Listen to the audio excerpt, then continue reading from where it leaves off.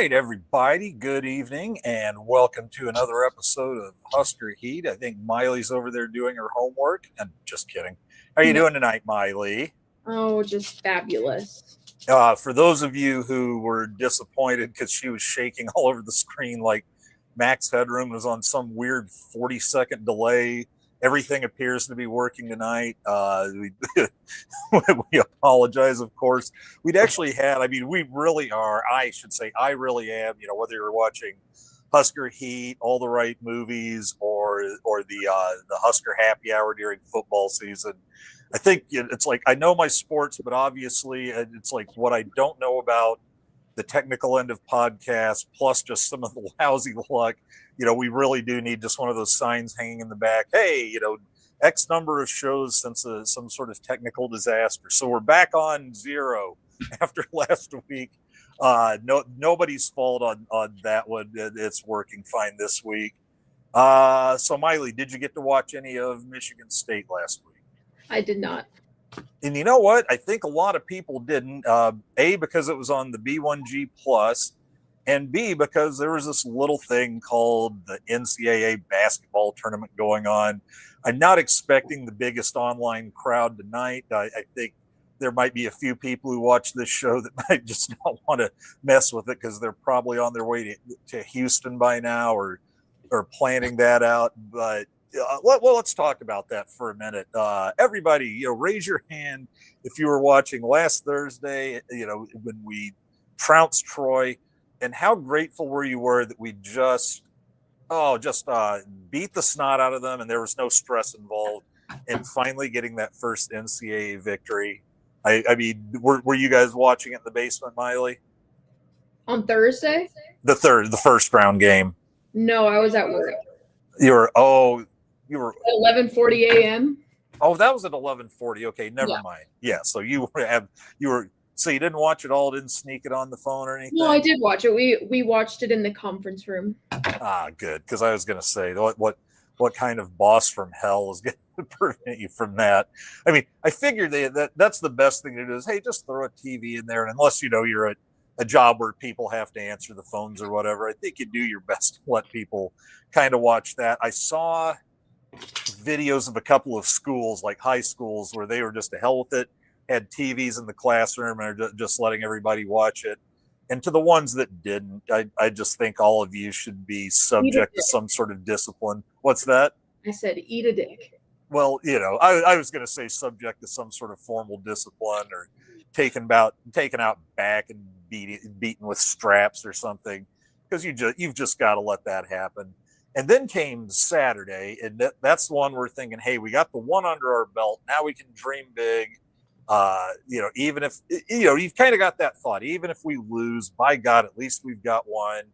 Then that game gets tight, and then it's like all that's out the window. You are full on 100%.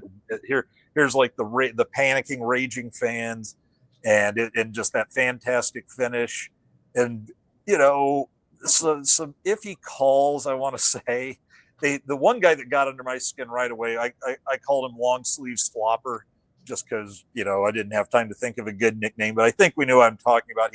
He got the one foul where he was just running over our guy with his arms in the air. Yeah. One of those like dudes that thinks, yeah, as long as my arms are in the air, then I can just run into him all I want. He ran over Buchton Joe.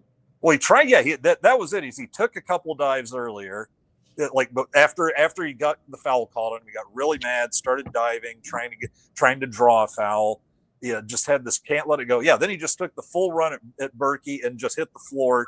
I mean, it was a Caitlin Clark collapsing cankle, perfect imitation. I mean, I could almost hear him holding his arm up and going foul, the way she loves to scream at refs. And the referee called it on Berkey. And then I don't know what the guy said. All of a sudden, Berkey. And all of a sudden, he's being held back. But like he wants to go after the guy. But anyway, at one point, the fouls were about 18 on us, 10 on them. They'd been to the line 18 or 19 times. And I think at that point, they'd been to the line like 16 times. We'd been to the line 3 times. And you're just wondering what the hell's going on. And then it turns out that 2 of these 3 refs regularly work SEC games. So that's just a fine job by the committee to Make any sense. bring in what's that? So that doesn't make any sense. No, it's like holy cow! And I guess to be fair, I guess they were like mostly ACC, SEC refs. And you know what? If I had my choice of SEC refs or Big Ten refs, I'd take the SEC refs. So so there were, and then they called a string of fouls, kind of even it up. I didn't really see any problems down the stretch. There was the one that sent Vanderbilt over the falls where Jamarcus double dribbled on the way to his easy lay-in. And he did. And the funny thing is, I'm pretty sure he carried it too right before he grabbed it with both hands and double dribbled. But at that point, I'm like, you're not even close to making it up. But they did. There wasn't anything down the stretch. And I mean, and I was thinking that before we won the game, not after it was over. Oh, well, and they called it fine. With about 12, 15 minutes to go, it pretty much the nonsensical calls, if there was anything intentional, it was getting called, at least the same way both ways. And just that, that last layup, Frager had not been able, what's the phrase? You couldn't hit water if you fell out of a boat. And that was him shooting threes for about 3 games. And I don't know if it was the coaching, him, or the combination. This is a guy that I compare to Eric Piatkowski because Piatkowski is just remembered as, bomb threes. But he was a guy who could drive the hoop, slash to the hoop, go in and dunk, and he had a heck of a vertical. He could go in and dunk it. He was one of the fastest guys on the team, and he played hard defense. And it looks like Frager likes to D up, so he went to his inside game, and it might have made him. He might have been the MVP of the Huskers on a night where there were several going for it, but he might have been the MVP that night even before he hits that hits that layup at the end. And you just got to do those things at the end because take your shot. I don't know what Florida's doing at the end of their game with Iowa. Like they didn't seem to have an idea of what shot they wanted. You take that shot or you take that drive, whatever you're playing, and you just sell on it because these guys are going to be trying so hard not to foul you. And that's kind of what Frager did. He was like, come get me if you want to get me. I'm taking it to the hoop. And they just did like the body hands in the air. They didn't really go in the air to challenge him. They didn't want to.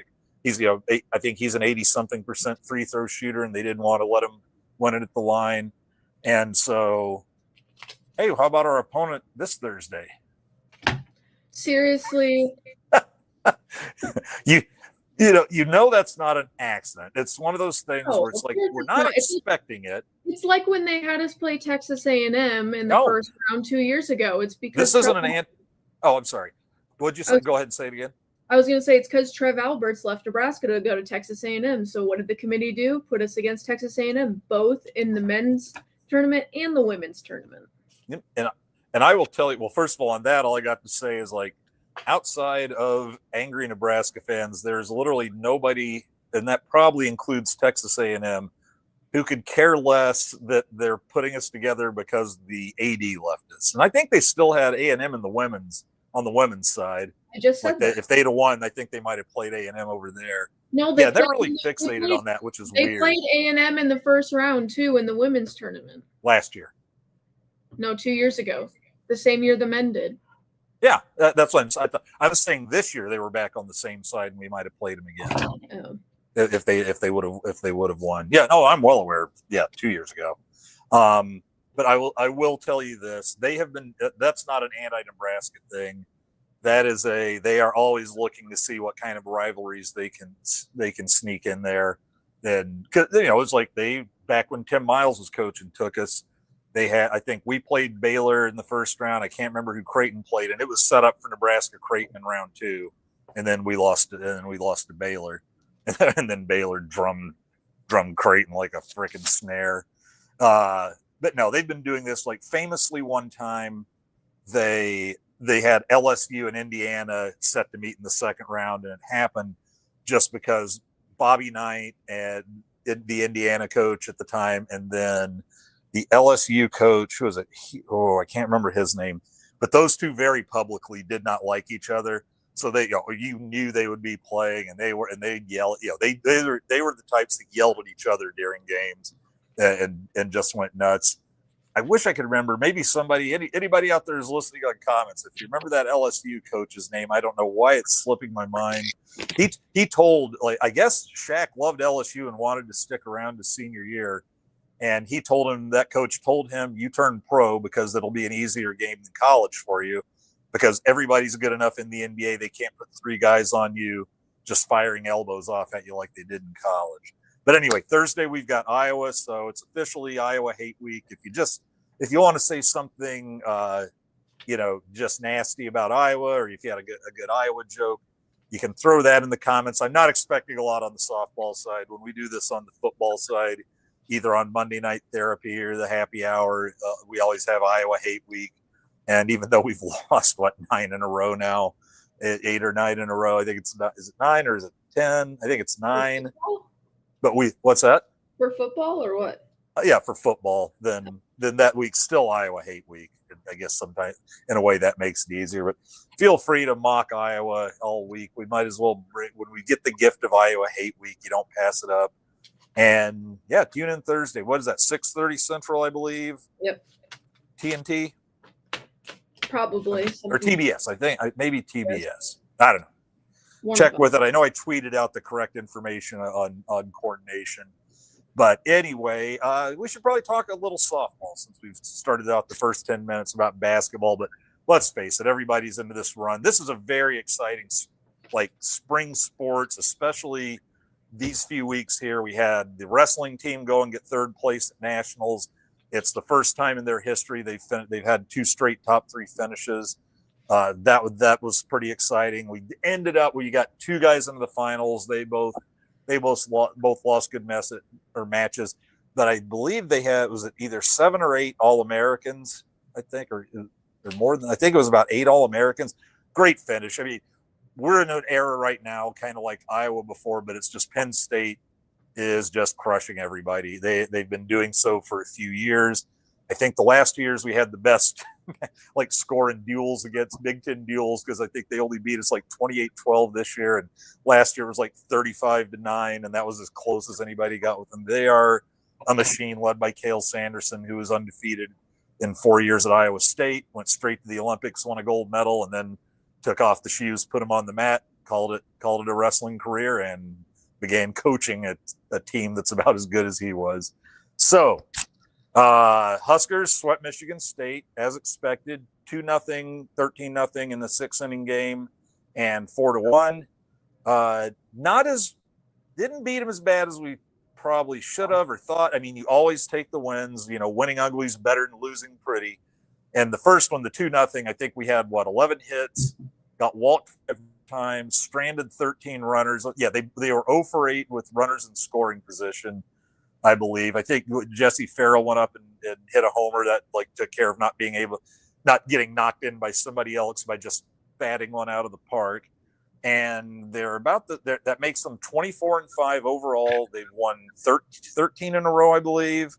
And they are 6 and they've started off conference play 6-0, and they are ranked. They dropped 1 spot each in ESPN USA softball from 5 to 6, and D1 softball from 6 to 7. Remain the same in On3 Softball America at number 8, and USA Today NFCA Coaches Poll at number 9. There's nothing sinister there. You kind of wonder, hey, we won all 3 games. Why are you dropping us? Florida was ranked just behind us, and they beat Tennessee 2 out of 3, so they jumped up about 3 or 4 spots. So nothing sinister there.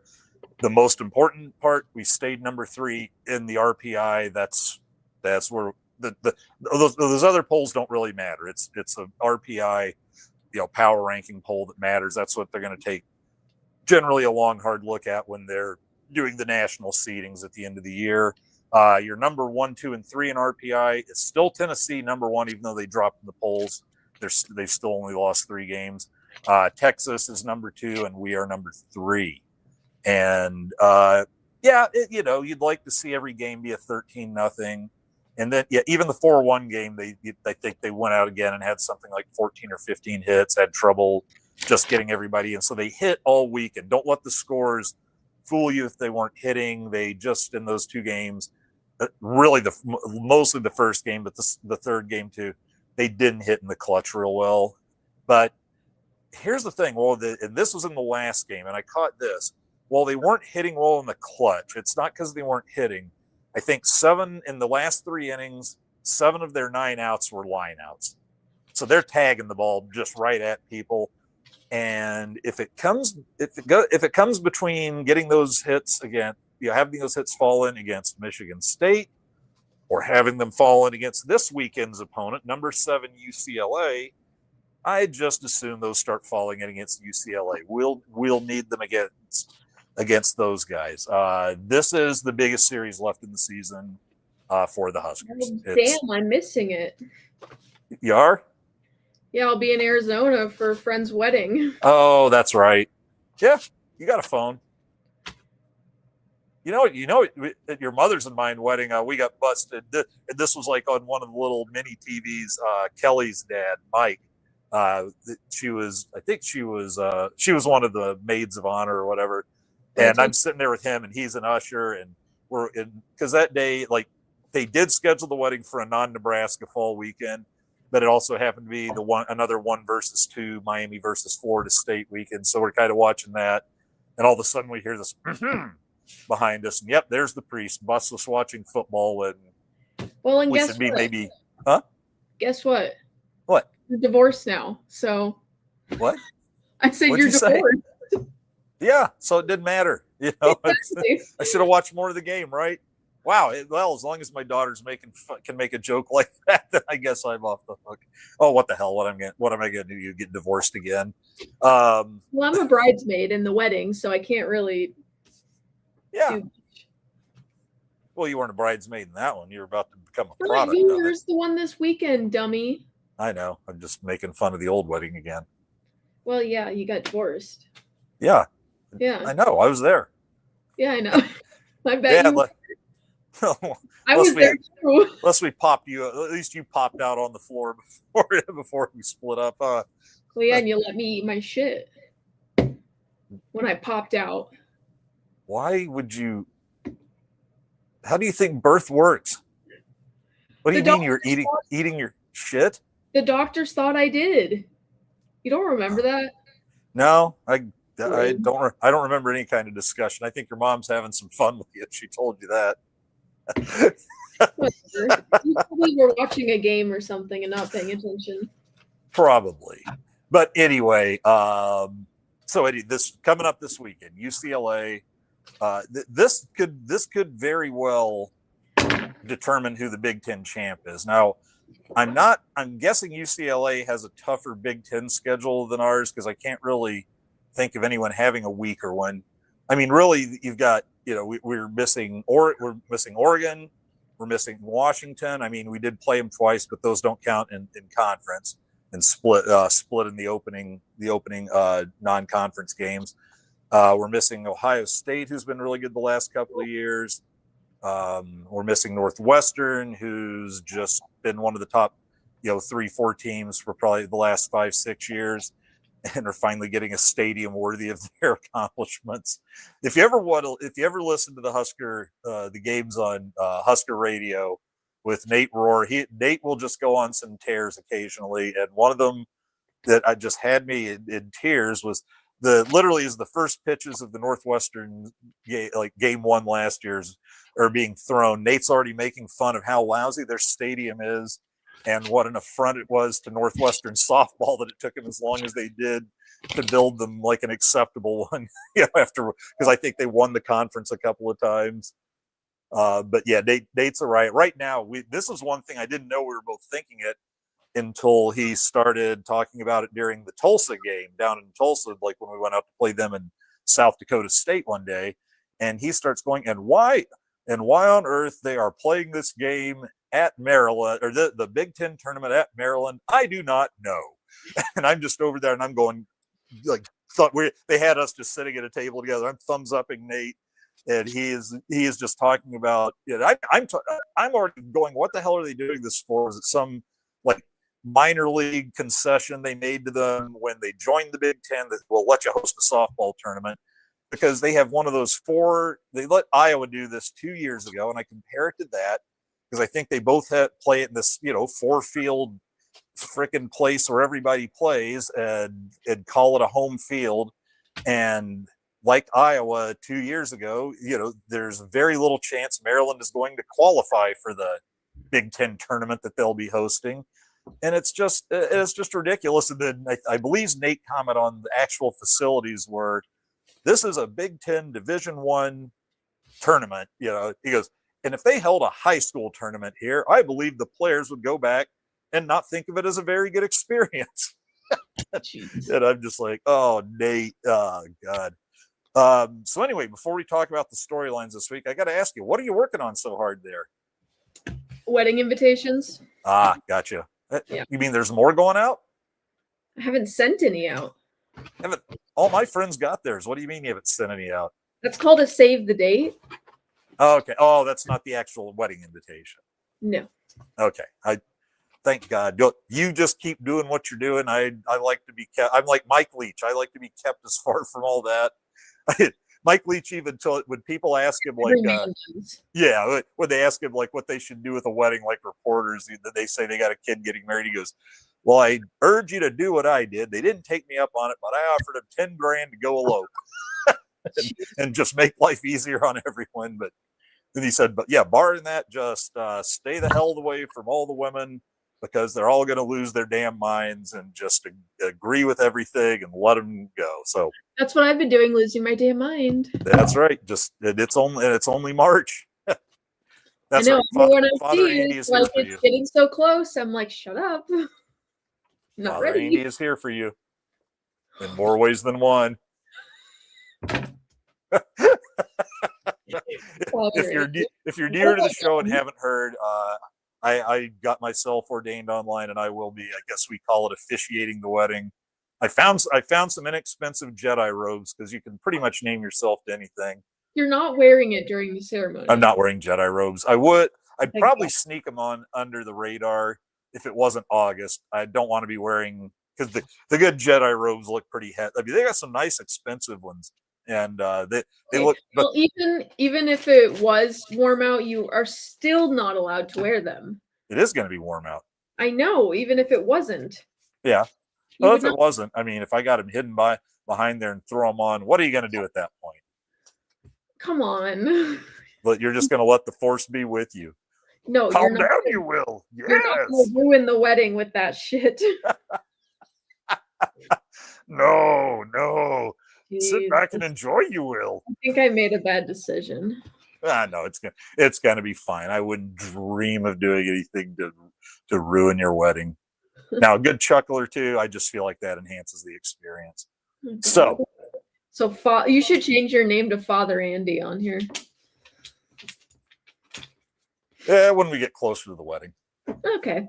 Maybe we'll do it on all. I'll sneak in on all the right movies and then wear a little smock and everything. And I mean, I'm like not here all of July, so yeah, that'll make it tough. So we'll do it in June. Okay. Anyway, let's see. Here's an interesting thing in part of the lovely world of the Big Ten. If you're a West Coast school, and I told Mylie about this right before we started. Did you get your save the date? Huh? Did you get your save the date? I don't think so. I just thought you guys assumed I was going. No, I sent one. No, I didn't see it. Yeah, I never got it back. Oh, I guess my invitation's been rescinded. I'm just showing up as the officiant now. All right, let's go. If I'm going to get you out of here in a reasonable amount of time, I think it's still going to run a little long.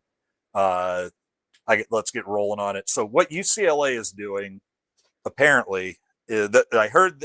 I'll just say this is a friend of mine that told me. I didn't look it up or anything, but it almost makes sense. But it sounded like UCLA. They just played at Rutgers last weekend.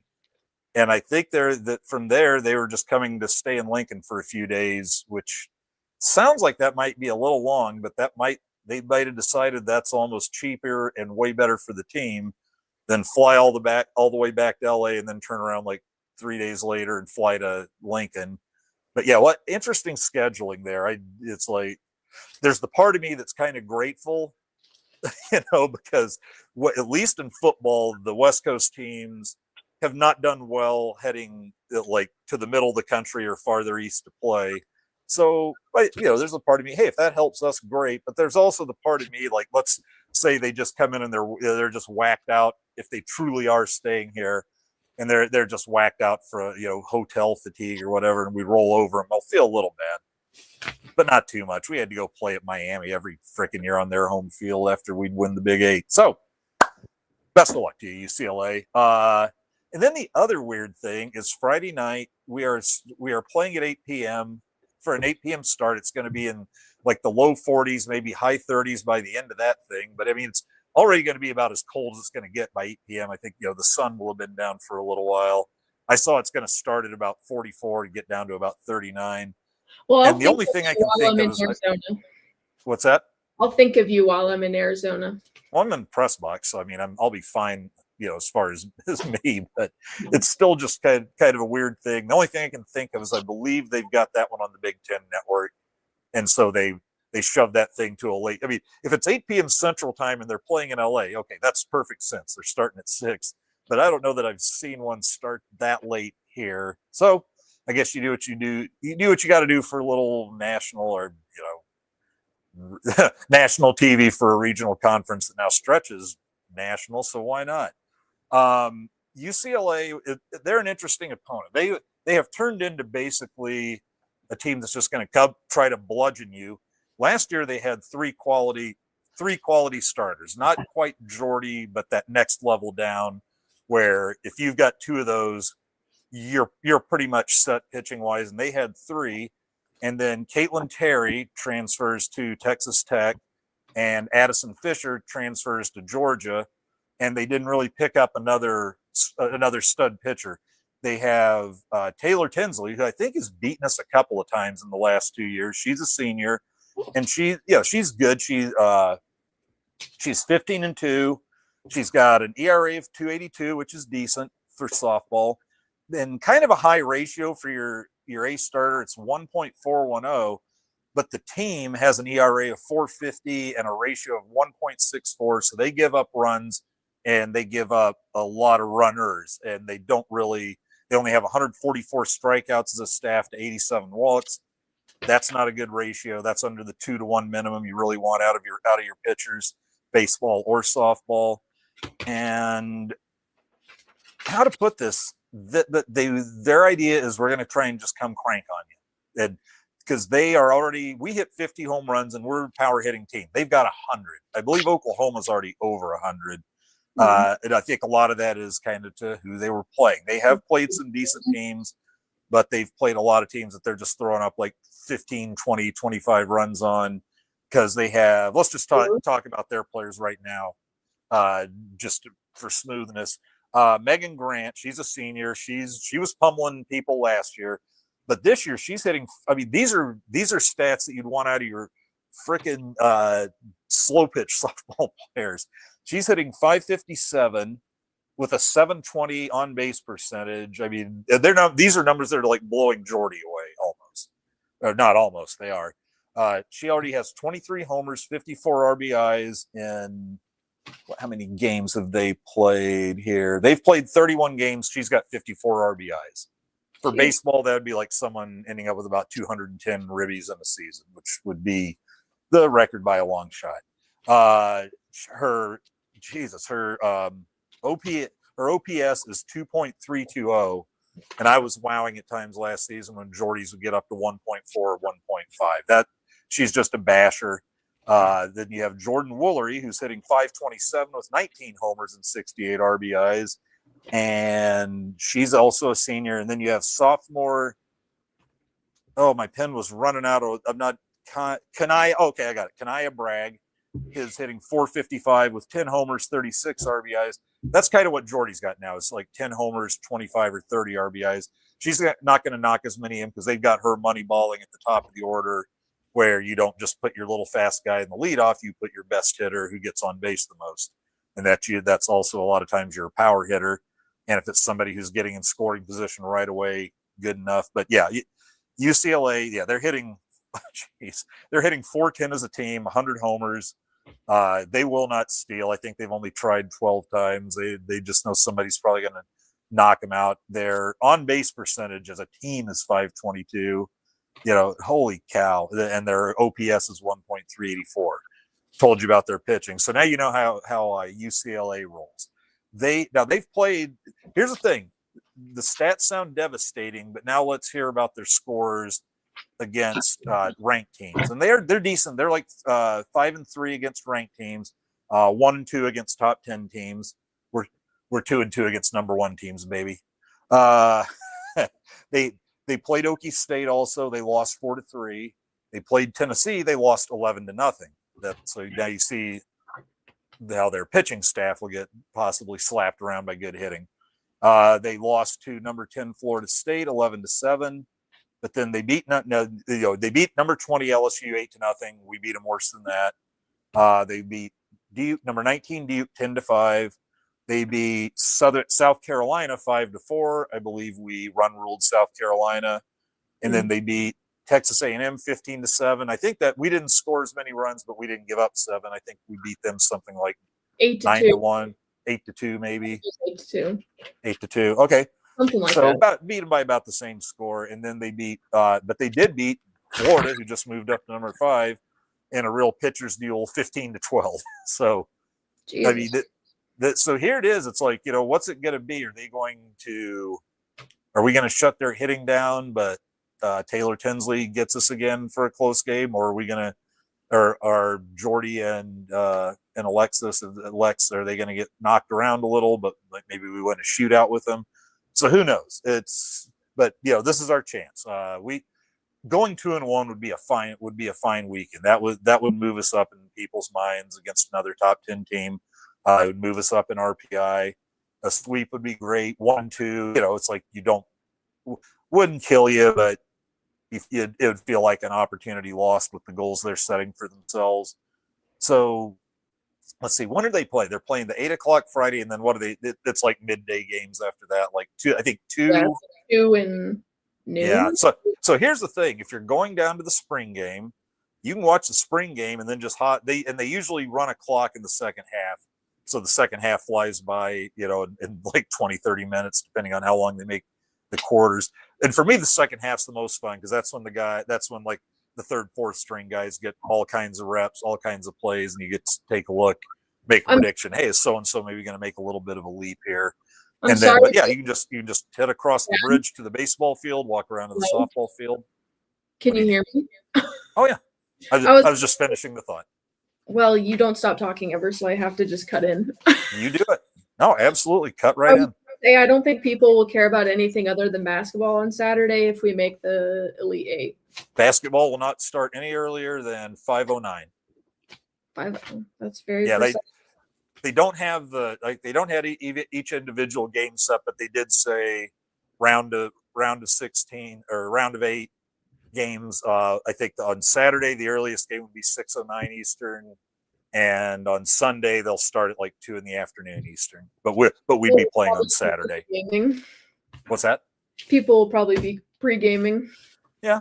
But I'm just saying, if you're not going to be oiling up, I mean, Houston, I'm not talking about the people down there, but if you're up and just trying to make a day of things, you can see the spring game, the UCLA game, or a baseball game. I think they've got baseball going off at like 1 or 2 also, but the men are at home, and then you can just head to the bar and watch the basketball game, or home, and if you like to drink even harder in the privacy of your own basement and throw things. If you're the type that say screams a tad much during the game and don't want to be that hey settle down person and you want to head home, you're going to be able to get a full day in, and even if you don't make Saturday's game, you still got Friday night and Sunday midday, so plenty of chances to watch.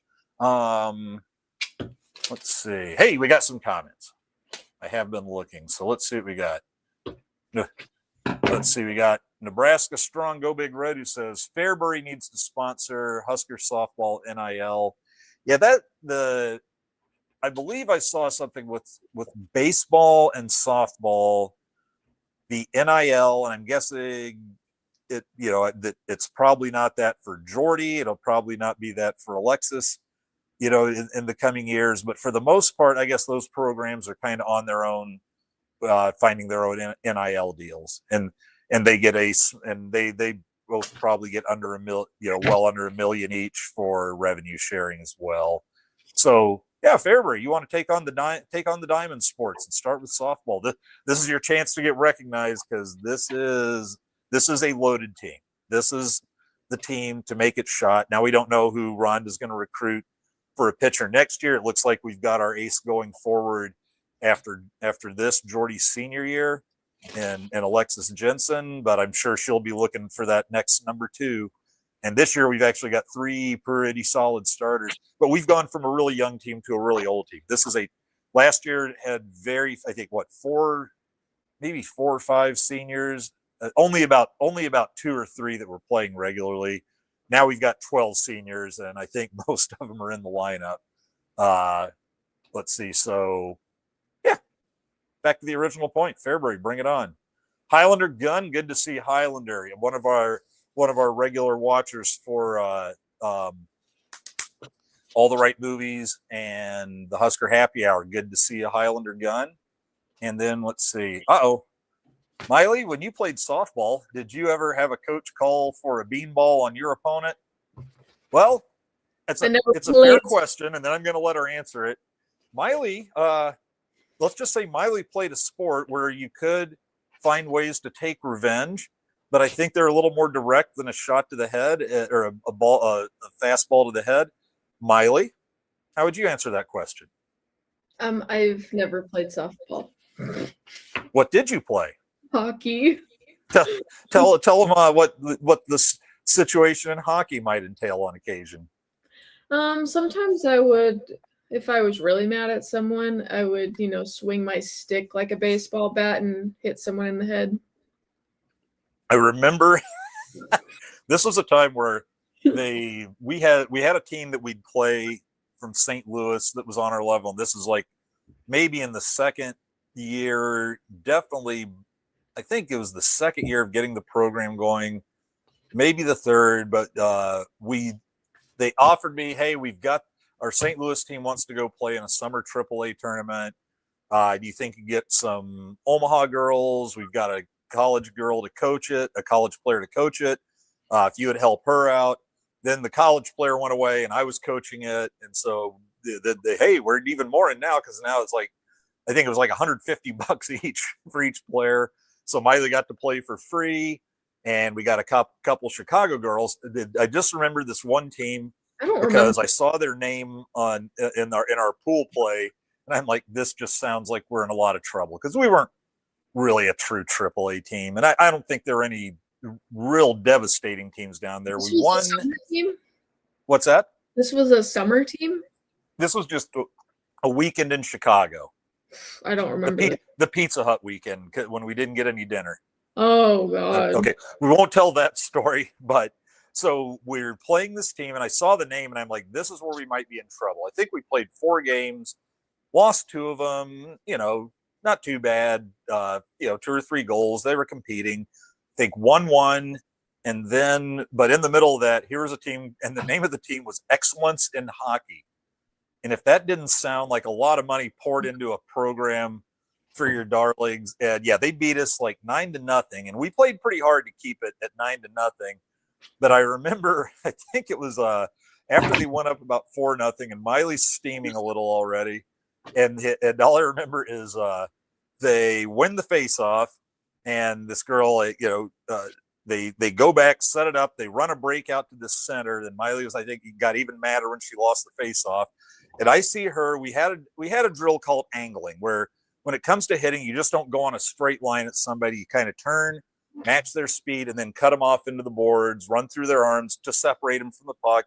If you're going for a full check, go ahead and blast them with the shoulder. So anyway, what you're supposed to do is hit the arm, separate them from the puck.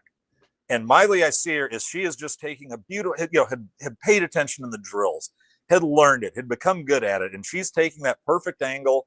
And there was a guy helping me assistant coach. He was my assistant coach.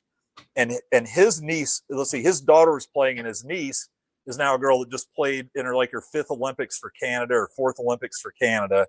And anyway, I go like, here we go. And he goes, what? And I'm like, just wait for it. And then boom, there's the crash. Mylie just hits her with a beautiful shoulder check, drops her, spins, turns, and just skates right to the penalty box and has a seat. And here's the ref like trying to call the roughing penalty on her or whatever. And she's already gone. And she's like, I know what I did and I don't care. And I'm just like, maybe she'll slow down, and maybe they did. It was fun. Nebraska Strong, go Big Red says, laugh out loud. That is awesome. Mylie, remind me not to make you angry.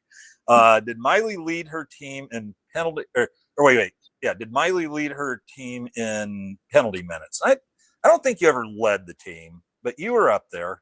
She wasn't a person just going to the box all the time being stupid, but I was never close to the top in college. No, there was always somebody who couldn't control themselves. But she did have a little temper, and she usually took care of it without being cheap. Maybe someday. It got better when I got older. Yeah, maybe someday I'll show them a couple of pictures I still got from that. Where were they from? And the northern Minnesota team we finally beat for the tournament title in Madison. No, that was a Michigan team. Was that a Michigan team? Yeah.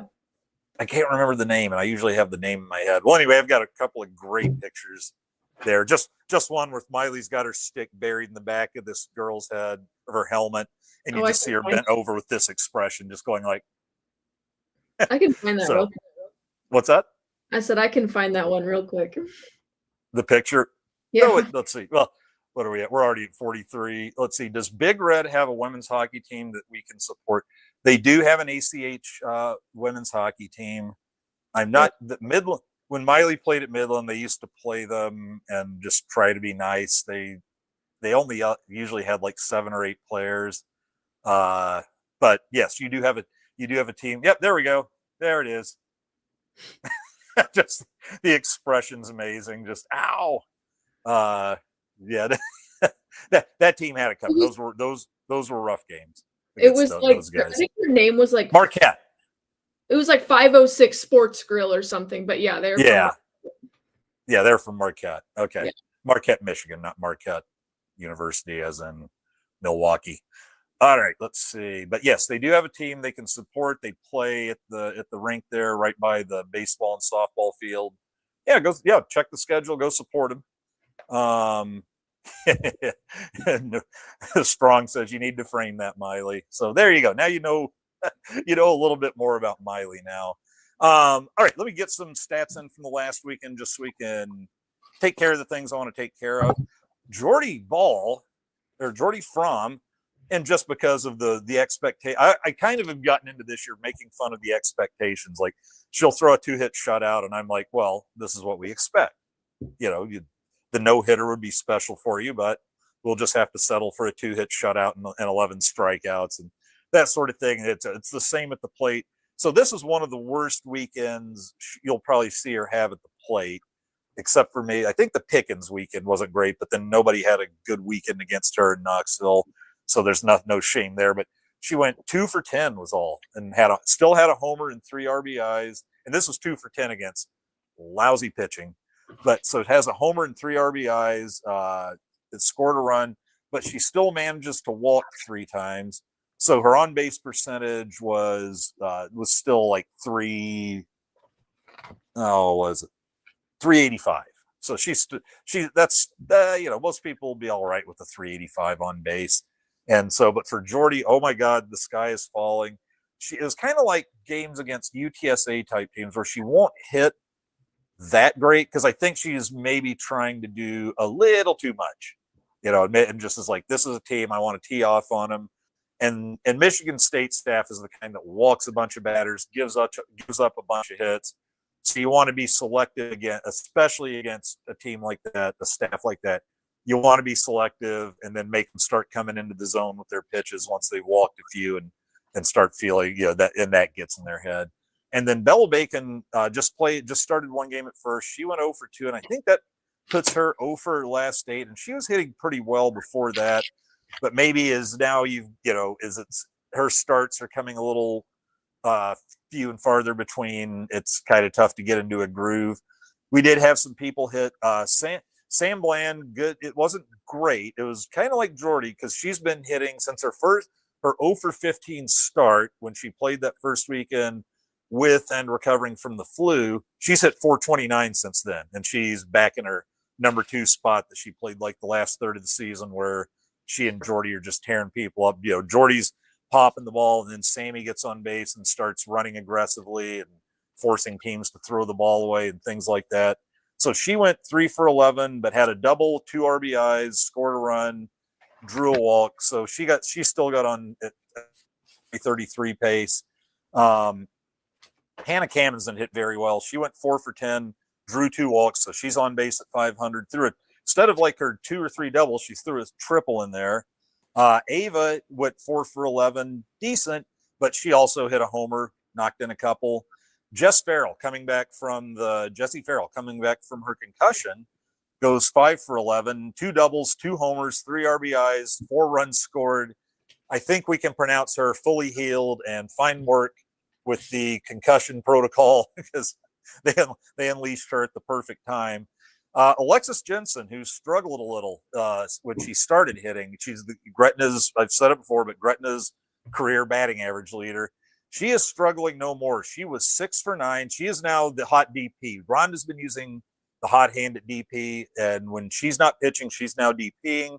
And she went 6 for 9 with a double, a homer, 3 RBIs, scored 3 runs, drew a walk, so her on-base percentage, she hit 667 with an on-base percentage of 700. I think she's adjusting to life in Division I now. Hannah Kaur went 7 for 12 with a triple and an RBI.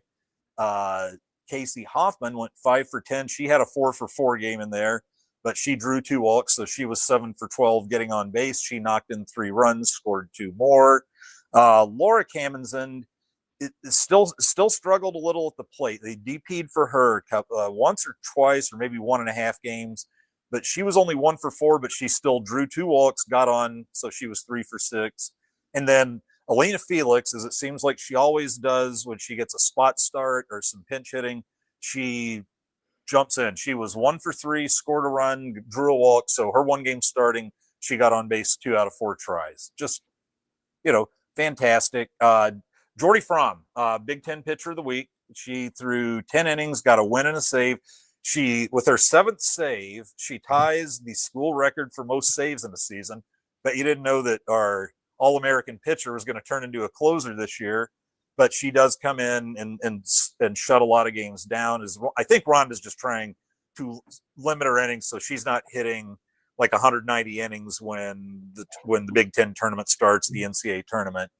And so she threw 10 innings, struck out 15, walked 2, only did not allow a run in those 10 innings, and only allowed 6 base runners, 4 hits, the 2 walks.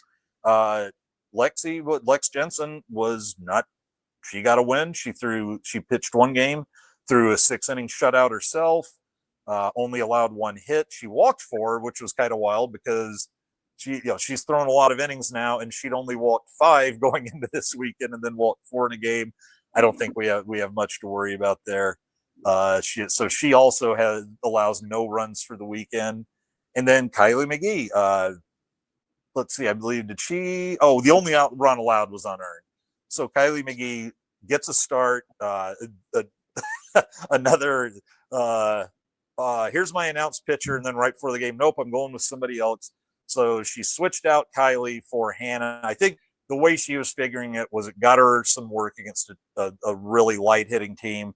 And she responded with her best outing of the year. She threw 4 shutout innings, or at least by earned runs if she allowed the run, but if she did, it was unearned. She only gave up 1 hit, struck out 6, only walked 2. That's been a problem, walking too many batters. But no, she only allowed 3 runners in the 4 innings. So excellent work there. And a 0 ERA for the weekend for the team, which lowered it to 198 on the year. So let's see. Did I miss anything else? Hopefully not. No, we're pretty close. I talked about Terry and Fisher transfer. Did I talk to these guys about it? Okay. Yes. Yeah, I did. Faced them both. Jordy Fromm, player of the week. Florida reason for the drop. That's it. We are good. Unless wait a minute, we got we got a few more comments. So after the need to frame that Mylie from Nebraska strong, Connor, who of course is watching, was asked, "Is hockey Mylie's favorite sport?" Long-winded response, yes, and that really sums it up. Yes, it is. And then, what was this one? That is cool. I'd like to see you play one-on-one. That would be awesome to watch you two fight it out on the ice. Connor took care of this one.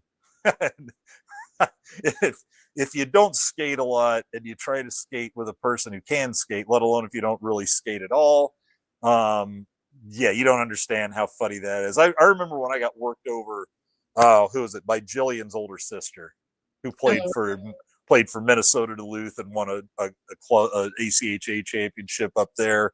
Yeah, she spent a day we were just playing. I think we had like 3/4 of the ice for pickup. And so they asked me if I wanted. And so the girls all came out. I don't know how many times she went around me, and it really made me work on my turns. And so I got to where when we actually met again, at least I didn't let her go by me, but I wouldn't pretend that I could skate as well as her, let alone Mylie these days. I haven't been on the ice since 2022. So yeah. Well, yeah, Nebraska Strong says we should be covering Husker hockey then if that is Mylie's favorite sport. It's probably not at the being covered stage yet. They don't. It's just not a super dedicated. I get the feeling it's true. So, like, I played at Midland. Midland, you can get scholarships and all that kind of stuff. Well, you can't call them scholarships, but yes. But yeah, you can get athletic scholarships. You can get grants at Midland. Whatever, at Midland. But then at UNL, you have to pay to play. So it's anywhere from probably $2,000 to $4,000 or something to play. And yeah, Mylie played ACHA Division I, which is but she played in a program that was top of ACHA Division I just for how the school treats it. It was fully funded. It was treated like any other varsity NCAA level sport. And they're getting all their equipment, everything given to them. They're practicing. Everything's paid for. Everything's paid for. The travel's paid for. The hotels. You start dropping out of. I'm not sure how it is. She's been out for a couple of years, but I noticed before if you started dropping out of like the top 10 or 15, you've got teams even at the ACHA 1 level and Huskers are level 2 or D2, D3, aren't they? No, yeah, ACHA D2. And so these guys are like, if they're going on the road to play, they're paying out of their own pocket or washing cars or GoFundMe's, and it's a different world. Let's see. I mean, here we go. Even NCAA D3 chart makes their players pay sometimes, or yeah, they don't get scholarships. Some NCAA right. D3. Well, what they can do, like ACHA technically doesn't give athletic scholarships, but they can give grants and aid and things like that. Kind of like think of it as like Husker walk-on program. Like the walk-ons don't get scholarships, but they had what they called preferred walk-on. Those guys aren't really paying for their school. There's a lot of different ways they can make it work. And Midland just won the ACHA Division I national title a couple days ago too. Finally got over on Liberty. Liberty ought to be a D3 school, but they play an ACHA Division I, and let's not get into a Liberty decision. Okay, Strong is just making all kinds of suggestions tonight. Now he wants Connor on the podcast. Connor quickly refused. I like the monkey emoji. And then we got wow, I salute you, Mylie. So yeah, there you go. Tonight I'm old and washed up now. Yeah, you are. Yeah, she does. She is trying to play the creaking old bones game, and it's like, oh, just wait till you hit 40. And because that's what I really learned. Now this is what sore's all about. Being old is all about snap, crackle, pop. So yeah, you guys got to know a little about Mylie tonight. So enjoyable there, and no, she wasn't just violent on the ice all the time. She didn't go hunting it. Let's put it this way. She would be the type though to not let how do you put it diplomatically? Let someone get away with something. Yeah, she did not let slights go unpunished. I get my wax in too. Yes, you did. All right. Well, that's all we got for you tonight. Like I said, incredible weekend and an incredible just springtime of sports. Like I said, you got the spring game. You got God, what the Huskers are doing in basketball right now, unbelievable. I got to admit, I got a little emotional on that first win, just because I'd had tickets back when I was there, in the 80s, watching guys like Stan Cloudy and David Ponce, and Dave Hoppin was like our all Big Eight center, averaging 20 points a game, and then you had guys come along like Brian Carr, who he nicknamed Scrap Iron, and just all the guys through the years. They've had season tickets here and there. Just over the years. The last stretch I remember was the 90s, when they had like Piatkowski, like the 91 through about 95. So you're going from that 91 team that finished ranked number 11th, 26-8, with guys like Rich King and Tony Farmer, Carl Hayes, Clifford Scales, and Bo Reed were your starting five. We don't need all the history. Eric Piatkowski coming off the bench. So anyway, I'm proud of these guys. Oh geez. I think I answered that one. One-on-one, I could rough her up a little if I got a hold of her, but I think she could go around me pretty good. Well, here we go. We better beat Bad Corn, Iowa on Thursday. Yeah, I remember that. Iowa eats corn the long way. And on that note, somebody in wrestling one time had the guys who were doing the podcast were just laughing their asses off because Goldberg was coming in. And then somebody had a sign with Goldberg eats corn the long way. It's like, what a weird insult for Goldberg. So anyway, let's get Mylie out of here. Tell you what, though, you look like you're a little perkier than usual for as busy as you are lately. I'm ready to go. Oh no, I know you're ready to go. I'm just saying though, you weren't like yawning the whole time like last week. Yeah. Like last week, it might have been best you couldn't talk, because then you just got to sit there and listen and yawn and have those eyes half shut. All right. Glad you guys got to know Mylie. Go freaking Husker basketball. Congrats, Husker wrestling. Go Husker baseball, Husker softball. I think outdoor track probably starts before too long. Indoor track just ended. We had some All-Americans there. It's a lot of school records, personal records. And it's just a great spring season. Usually I think, take it easy in the spring. Okay, not for the last few years, people. So we'll get out of here. What's that? Goodbye. Oh, I was right as you started complaining. Who wants to watch a Mylie eat her water bottle some more? No one. All right. Thanks all you for watching. We actually got a pretty decent crowd tonight. We're right on an hour, but that we'll blame basketball for that. Damn it, we might do it again next week if we find ourselves in the Final Four. Who knows? We could play a Big Ten team the rest of the way. Go look at the bracket, find it out. Mylie, what do we say? PBR. Go Big Red. I've stretched it out enough just to piss her off. And you know what? You're going to hear a little Go Big Red from your Husker softball team as we leave. Good night, everybody. Love you. Thanks for turning in. Love you, Mylie. Love you. See ya.